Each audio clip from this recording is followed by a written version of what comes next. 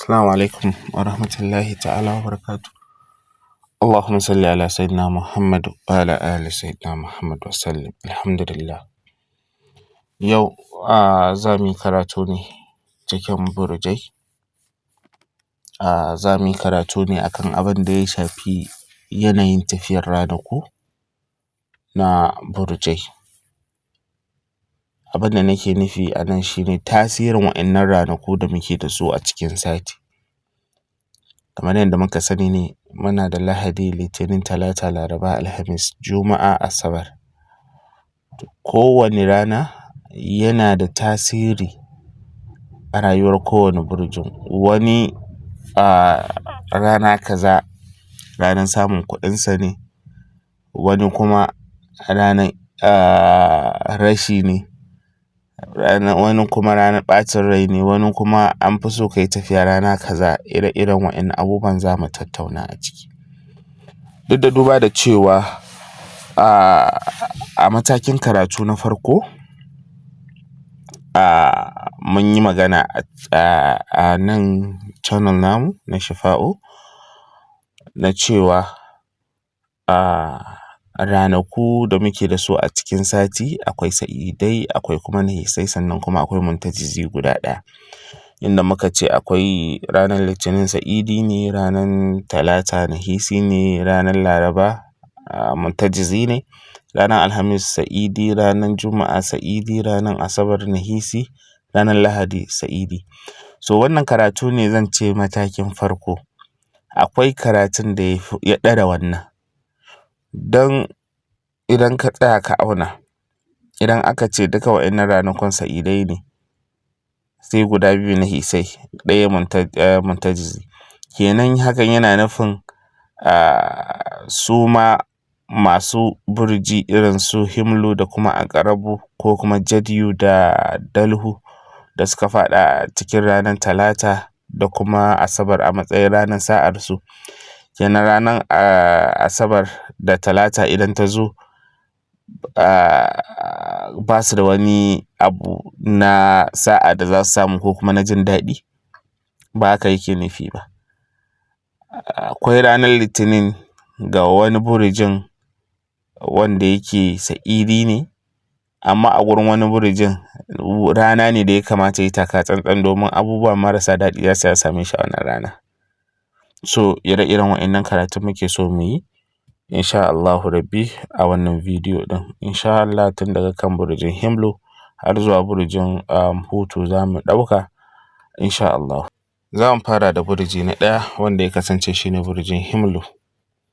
Kamar yadda muka sani ne, shi wannan burji na Himlu burji ne wanda yake da ɗabi'a irin ta nari, ma'ana wuta kenan, zafi. Sannan tauraronsa shi ne tauraron Marika, wanda kaɗan daga cikin halayya na wannan masu burjai shi ne na farko shi ne akwai jarumta. Akwai jarumta, ma'ana ko da ko za ka gan su ba su da kaurin jiki ko wani abu, amma suna tsayin daka domin su ga sun cimma wannan abin da suke so su cimma. Kasancewarsu tauraron Marika ne yake shugabantar wannan burji. Sannan za ka same su da hanzari. Komai za a yi shi suna yin shi ne cikin gaggawa, cikin hanzari kawai a yi a wuce wajen. Komai za su yi ba sa son jinkiri, sun fi son abu kawai a yi shi da zafi-zafinsa. So waɗannan kenan. Sannan kuma su a komai sun fi son su gan su a sahun gaba-gaba. Shi yasa za ka ga da yawa daga cikinsu suna son mulki, suna son jagoranci. Ba su cika son su zama mabiya ba gaskiya. Shi yasa za ka ga akwai 'yan kasuwa a ciki. In ba ya kai ya kama ba za ka ga da wahala ka ga mai burjin Himlu wai yana aiki a ƙarƙashin wani. Sai dai ya daure amma ba haka ya so ba. Ba sa son irin a ce wai kai kake juya su. Sun fi son su ne su juya mutum. Shi yasa za ka ga suna da wani ɗabi'a irin na son su ba wa mutum shawara amma kuma su ba sa ɗaukan shawarar mutum. Domin ganin suke komai suka yi su suna kan daidai, to ƙila kai ɗin kake ba kan daidai ɗin ba. So wannan kaɗan daga cikin ɗabi'a ne. Za mu yi magana akan tasirin ranaku akan wa'innan burjai ɗin, ko in ce akan wannan burji na Himlu. Wannan kenan. To za mu fara da ranar Asabar. Ranar Asabar kamar yadda muka sani, a tauraron Zuhal ita ce take shugabantar wannan ranar, ita ce take mulkin wannan ranar. So ranar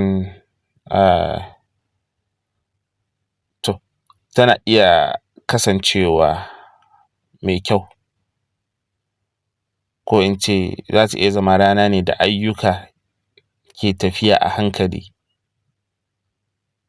ga wa'innan masu burjai. Ma'ana dai a taƙaice za su samu jinkiri.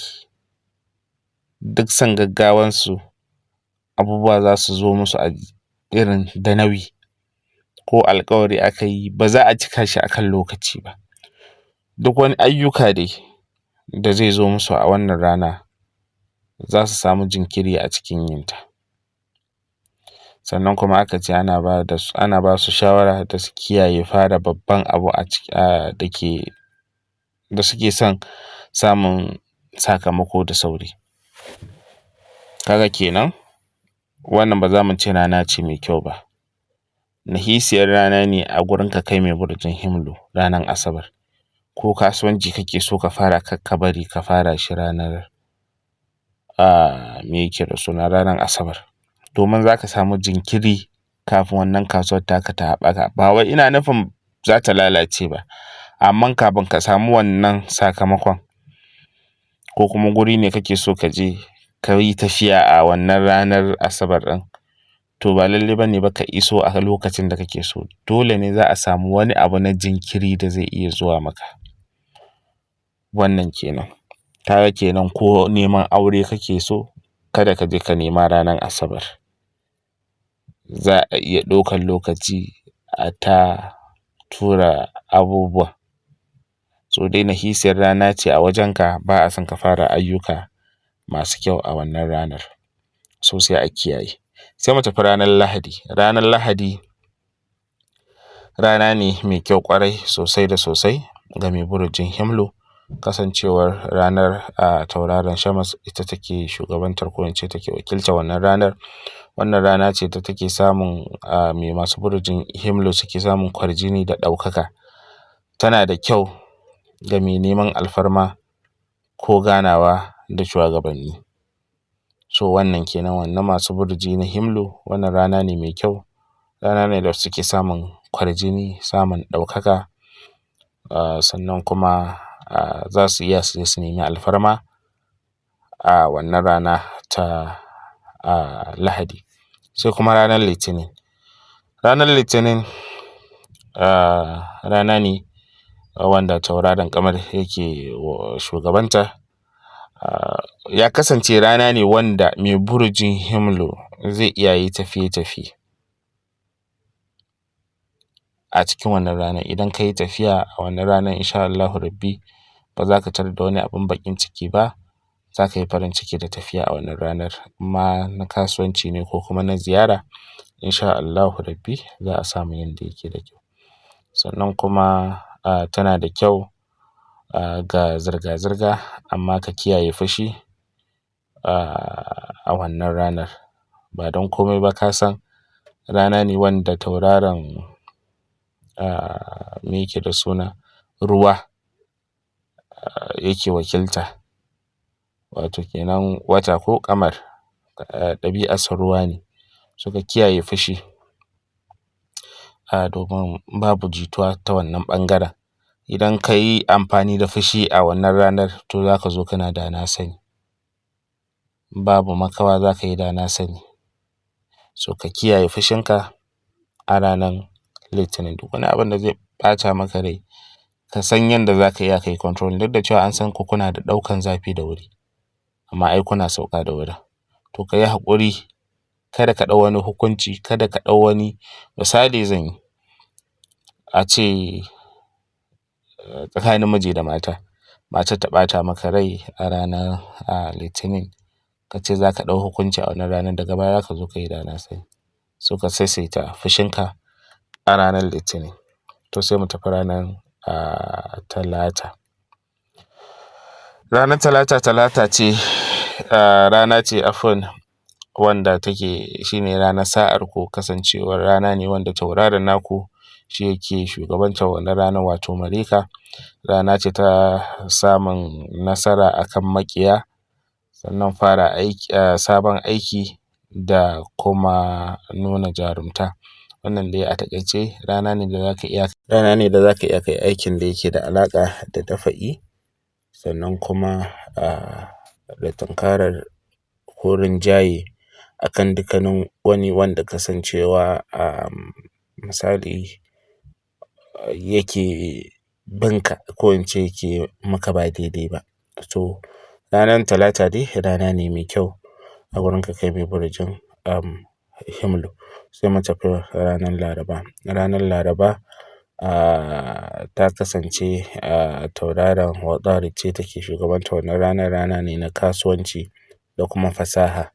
So wannan yana da kyau ga marubuta kamar ɗalibai kenan ko kuma masu wallafa littattafai da sauransu. Sai dai ka kula da duk wani yarjejeniya da take da alaƙa da ciniki, ma'ana kasuwanci kenan. Misali shine kai mai burujin Himlu, idan ɗan kasuwa ne mutum ya zo wajenka ranar Laraba akan cewa ka ba shi wasu kaya, ina yin misali ne, cewa zai kawo maka ko kuma ba ni bashin kuɗi ko wani abu dai haka. To ka kiyaye, ba lalle ba ne ba kuɗin ya fito a lokacin da kake da buƙata, ƙila ma har sai rai ya ɓaci. So wannan kenan ranar Laraba. Ranar Alhamis rana ce ta tauraron Mushtari, wanda shi ne ke shugabantar wannan ranar. Tana kawo wa mai burujin Himlu sa'ar kuɗi da kuma buɗi a cikin harkokin rayuwarsa. Babu makawa mai wannan buruji na Himlu ranar Alhamis yana samun, babu makawa zai samu kuɗi a wannan ranar, zai samu kuɗi. So wannan kenan musamman ma idan ɗan kasuwa ne ko ma wani harka kake yi, ko aikin hannu ne ko kaza ko kaza, rana ne dai da za ka samu kuɗi gaskiya. So wannan kenan. Sai kuma rana ta Juma'a. Ranar Juma'a rana ce ta soyayya, tana da kyau ga ziyara ko aure da kyautata alaƙa da abokai. So ga wannan mai burujin kenan. Shi ba lalle ba ne ba a ce ranar Juma'a ya kasance ranar da kake samun kuɗi, amma kuma aƙalla za ka samu farin ciki. So wannan kenan. Ɗan muhimmiyar bayanin da zan ɗan ƙara shi ne kalar sa'ar masu wannan burujin shine yana da alaƙa da jar kala. Wannan kalar yana ƙara muku ƙarfi da kwarjini a idon mutane. Sannan yanayin ɗabi'a kamar yadda na fara faɗi shine kai mutum ne mai saurin fushi amma kuma mai saurin sauƙa. Kana da son kai da ƙoƙarin ka ga ka yi nasara a kan kowa. So waɗannan abubuwan su ne za mu yi magana a kansu. Sai dai shawarar da zan ƙara ba da wa ga wannan mai burujin shine, kai mai burujin Himlu ka kiyaye abin da ya shafi saurin ko in ce gaggawa wajen yanke shawara, domin gaggawa na iya jawo maka asara a inda ya kamata a samu riba. So wannan shi ne. Za mu shiga buruji na gaba, shine burujin Sauro. Sai kuma buruji na biyu daga cikin jerin burujai, wato shine burujin Sauro. Burujin Sauro ya kasance buruji ne wanda ke da ɗabi'a irin ta Turabi, wanda kuma tauraronsa shine Zahra. Mutane masu Sauro ana samun su da haƙuri, natsuwa da kuma kyakkyawar mu'amala, amma suna da taurin kai. Idan suka faɗa abu ɗaya, irin dai suna da taurin kai. So su waɗannan masu burujin sauro kenan, kuma za ka ga rayuwarsu a haka. Abin da fa ba su yi niyya ba to ba ka isa ka saka su ba, in ko ka saka su to ba za ka ga daidai ba. So wannan shi ne. Kamar yadda ake kwatanta su da irin taurin kansu kamar taurin kai irin ta jaki. Ba ina nufin su jakai ba ne ba, a'a. Misali ake yi ta yanda za ka fahimta. Shi jaki idan ya yi niyya ka kai shi bakin ruwa zai sha. Idan ko bai yi niyya ba ga lodin kaya a kan shi ga komai, ba zai sha ba. Ko kuma ga tarin kaya a kansa, idan ya ce ba zai taka ƙafa ɗaya ba, duk yanda za ka yi da shi ba zai yi ba. Amma cikin daɗin rai in ya ga dama zai yi tafiya babu gajiya. So wannan yanda ake kwatanta taurin kan nasu kenan. Ba maganar halayya muke ba, za mu shiga karatun da muke insha Allah. So ranar Asabar kamar yadda muka sani rana ne na Zuhal, wanda wannan ranar tana kawo mai burujin sauro nauyi da jinkiri. To don haka sai mai wannan burujin yayi taka tsantsan. Na'am.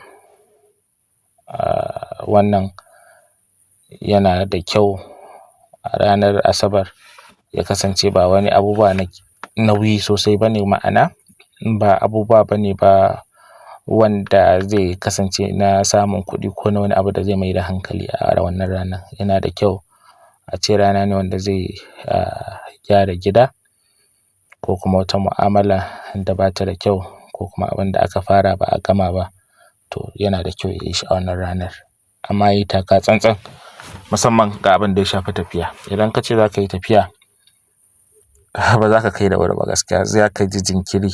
Allah ma ya sa ka kai lafiya. So duk da cewa kai turabi ne, to amma ranar Asabar sai a hankali a gare ka. Sai kuma ranar Lahadi. Ranar Lahadi mun sani ranar Shamas ne, wato Shamsu. To rana ce da take da kwarjini da kuma samun matsayi. Rana ne da yake da kyau musamman akan abin da ya shafi tattaunawa. Rana ta Lahadi kenan. Sannan kuma kamar tattaunawa da manyan mutane da kuma masu iko. So rana ne da maganarka za ta karɓu musamman idan ana neman sulhu ne. To ranar in ka sa baki za a samu dacewa insha Allahu rabbi. So sai ranar Litinin. Ranar Litinin ta kasance rana ne da kowa yake ta zirga-zirga daga ma'aikata, 'yan kasuwa, kowa da safe za ga ya fito. To amma kuma kai ranar ake so kuma ranar ce da ka kasance ranar hutunka da kuma samun nutsuwarka. Ranar yana da kyau ne a ɓangaren abin da ya shafi iyali da kuma kwanciyar hankali. Don haka mai burujin sauro ba lalle ba ne ba wannan rana a ce wai ka samu kuɗi ko wani abu, amma za ka je ka cikin nutsuwa da kwanciyar hankali musamman ma ɓangaren iyali. Ranar Talata. Wannan nahisiyar rana ce sosai. Rana ne da ya kamata ka guje ta, ka ji tsoronta kuma ka nemi kariyar Allah daga wannan ranar. Kasancewar rana ne ka ga mareka ga wa yake da suna kai kuma ƙamar. So rana ne Zahra afwan, kai Zahra. So waɗannan taurari guda biyu ba sa ga maciji da junansu. Don haka ka kiyaye musamman ma abin da zai kawo tashin hankali ko faɗa ko wani abu ko ɓacin rai, to ka kiyaye domin sakamakonsa ba zai yi kyau ba. Allah dai ya sauwaƙe. Sai kuma ranar Laraba. Laraba ranar Uɗarid ce. Rana ne da cikinta da ake ta ciniki da kuma lissafi. So ranar mai burujin sauro rana ne ta samun kuɗi daidai gwargwado. Yana da kyau ƙwarai ga masu kasuwanci da masu neman sanin da bincike.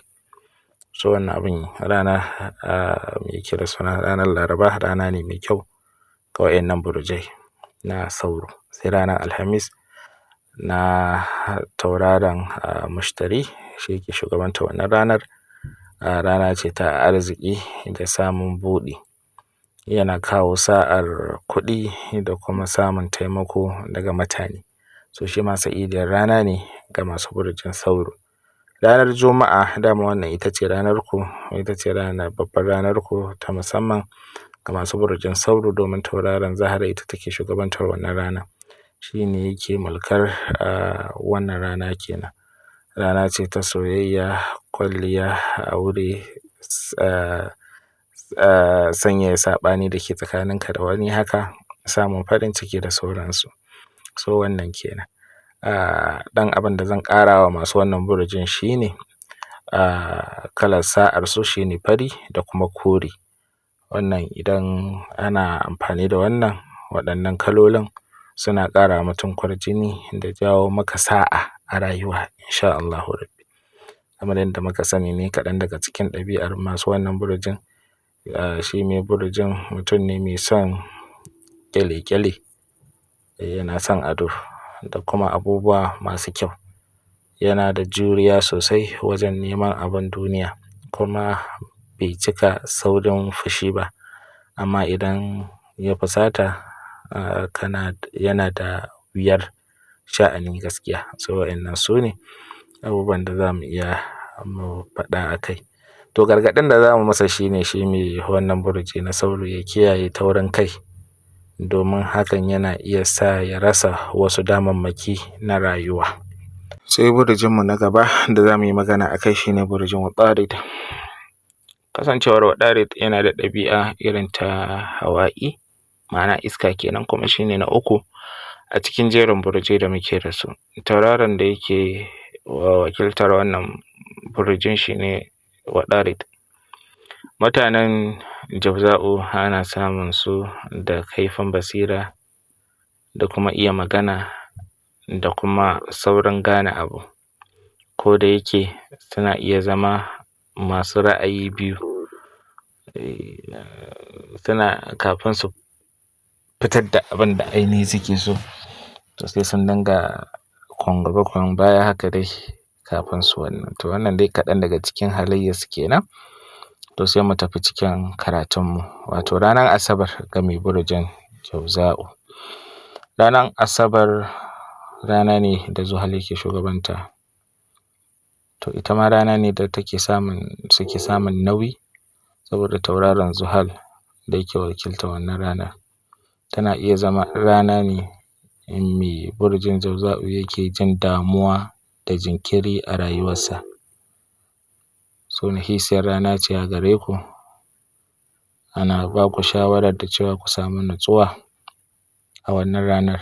Ku daina in so samu ne ma ba a san wani zirga-zirgan ku ko kuma yawan mu'amala da mutane, domin rana ne da ƙila za a iya jefa ku cikin damuwa ko ɓacin rai, saboda nahisiyar rana ce sosai da yake a tare da ku. Sai ranar Lahadi. Ranar Lahadi rana ce ta kwarjini, tana da kyau ga haɗuwa da mutane masu matsayi don neman wata alfarma da ya shafi rayuwa ko aiki. Wannan kenan. So sa'idiyar rana ne musamman ta ɓangaren neman alfarma ko kuma ganawa da wani babban mutum. So sai kuma ranar Litinin, rana ce ta zirga-zirga da kuma samun labarai. Yana da kyau ga tafiye-tafiye na kusa da kuma mu'amala da jama'a. So idan za ka yi tafiya, za ka iya kai mai burjin Jawza'u ka yi shi ranar Litinin, insha Allahu za ka yi farin ciki, musamman idan tafiyar ta kasance ba mai tsayi ba ne ba sosai, ko ba mai tsawo ba ne sosai. So wannan kenan, kuma za ka yi mu'amala. So ɗan kasuwa wanda kake Jawza'u ranar ranar Litinin, so za ka yi farin ciki daidai gwargwado, tun da dai kasuwanci yana da alaƙa da hulɗa da mutane. Wannan kenan. Ranar Talata rana ce ta faɗi tashi. Wannan burjin ya nuna cewa Jawza'u ya kiyaye kaifin harshe a wannan rana don kar ya jawo kansa rigima da kuma maƙiya.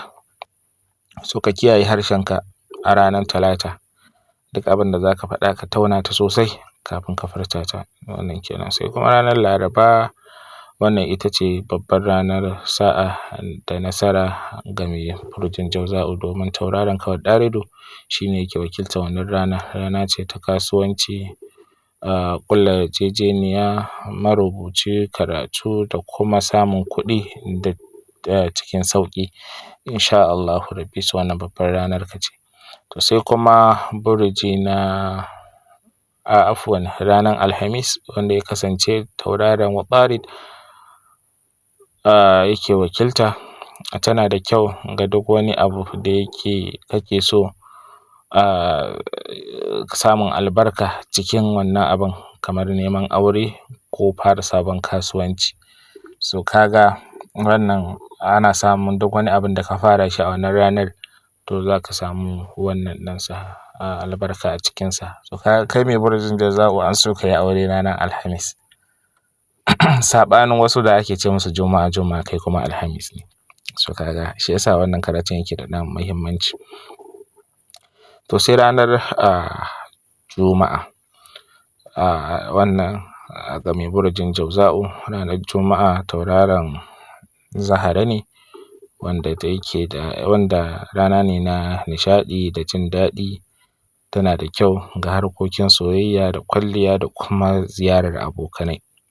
Ɗan ƙarin bayani da zan yi ma masu wannan burjin shine kalar sa'arku shine kore, ma'ana green kenan, da dangin kamar ɗan fari haka, wanda launin